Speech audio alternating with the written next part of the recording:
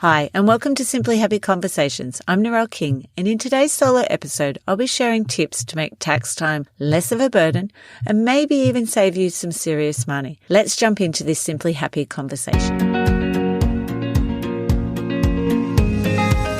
Welcome to Simply Happy Conversations. I'm Narelle King, wellness and organisational coach and Yin and Nidra yoga instructor. This podcast will help you create more time using organisational strategies so that you can start to simplify your life and prioritise your health. I'll be sharing conversations with other health and organisational experts and solo episodes with tips to help you simplify your life and prioritise your health.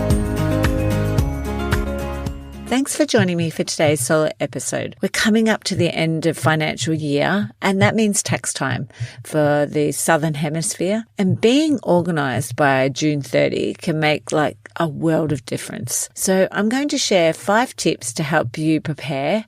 It's a really short little episode that'll help you feel a little bit organised going into this end of financial year time. So number 1. So I am very fortunate that my husband is an accountant. He's really good with money and numbers, which is definitely not my strong point. So he does our tax at tax time, and he's pretty good at doing it straight away. So some of these tips are things that I know he does, and other things are things I do to make his life easier as well. One thing you could consider is actually getting a tax professional.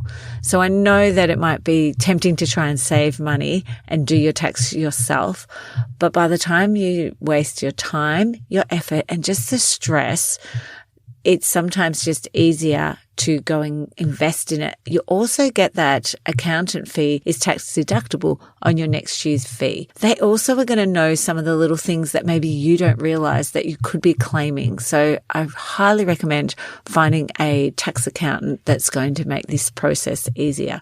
Believe me, all the other parts bringing it together is enough work for you without even having to add that extra bit on. Number 2 is keep your documents in one central place. So if you've got receipts in a drawer, maybe in your handbag, in a filing cabinet, in your glove box of your car, or maybe that console bit in your car, it's going to be a real pain for you to get everything together and have it accurately prepared for your tax return.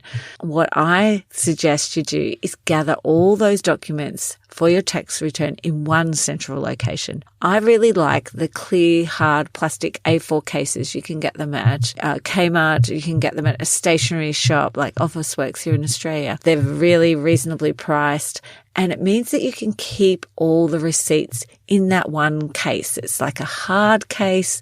It's maybe 2 to 3 centimeters. Actually, you can get larger. I've seen larger ones as well that I've got for clients before. And that way you've got all the receipts in one place, and it's easy to find, and it's not going to get squashed or anything like that. It's just drop them in there. So I have actually purchased a couple of those.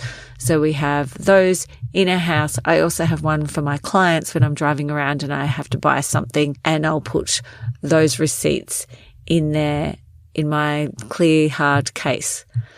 Number 3 is to go digital. This will remove the overwhelming paper clutter. And I know this is really hard. I find really difficult to do. ADHD brain, it just is a really tricky thing. And sometimes I just find it easier just to print the receipt and keep the receipt. But it does make it easier, and it will get rid of that paper clutter. You'll be able to find the file once you put it onto your drive a lot easier, because you can then just search if you've labeled it, rather than you've got to flick through all the little receipts to find them if you're looking for one particular receipt. Another thing is to dedicate a filing system that categorizes and stores your documents.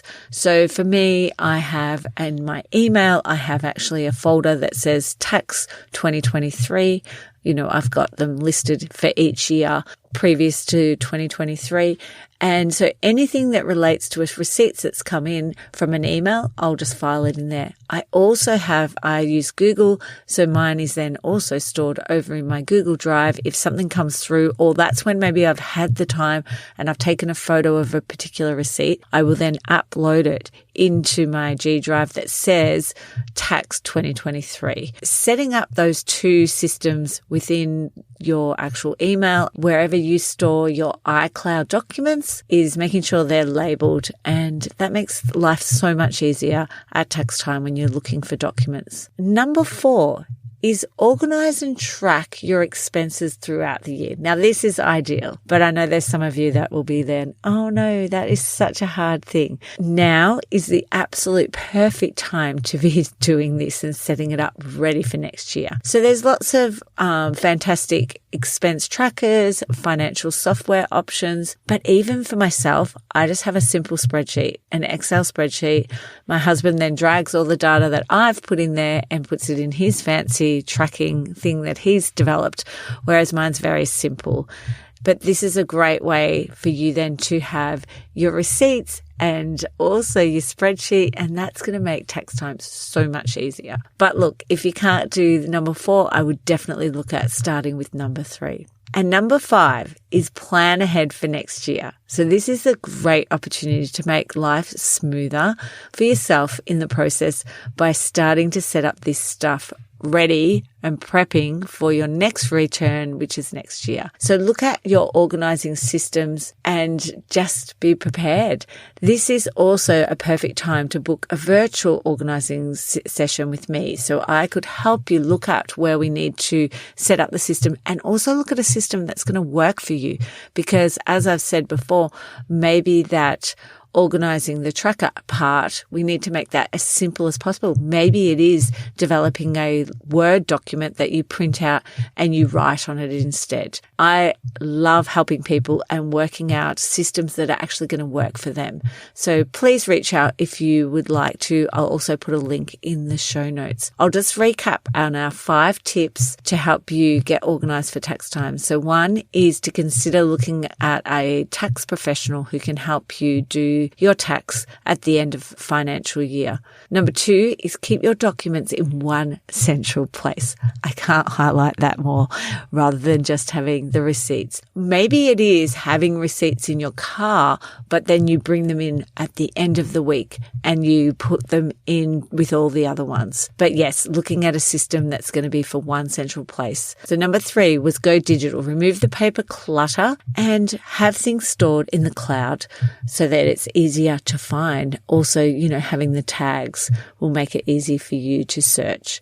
Number 4 was organize and track your expenses. So maybe looking at some sort of tracker or otherwise a simple spreadsheet. And number 5 is plan ahead, ready for 2024 and have these systems set up for next year, or book a virtual session with myself to help you set that up. I hope by sharing these 5 simple tips to help you feel prepared that you're going to feel less overwhelmed and more organized. Thanks for listening to Simply Happy Conversations. Thank you so much for joining me for today's Simply Happy Conversation. If you find yourself wasting precious time searching for misplaced items and wishing for a more organized life, then you need my 5-minute declutter ebook, the ultimate guide to quick and easy organizing solutions for a clutter-free and happy home. Forget about spending months KonMariing your house. These fun solutions are designed to give you immediate results in under 5 minutes. Head over to Simply Happy in the resource section and download your free copy and start seeing results in minutes. I'd like to acknowledge the Wathaurong people of the Kulin Nation on which this podcast is recorded as the traditional custodians of the land. I pay my respects to their elders, past, present and emerging.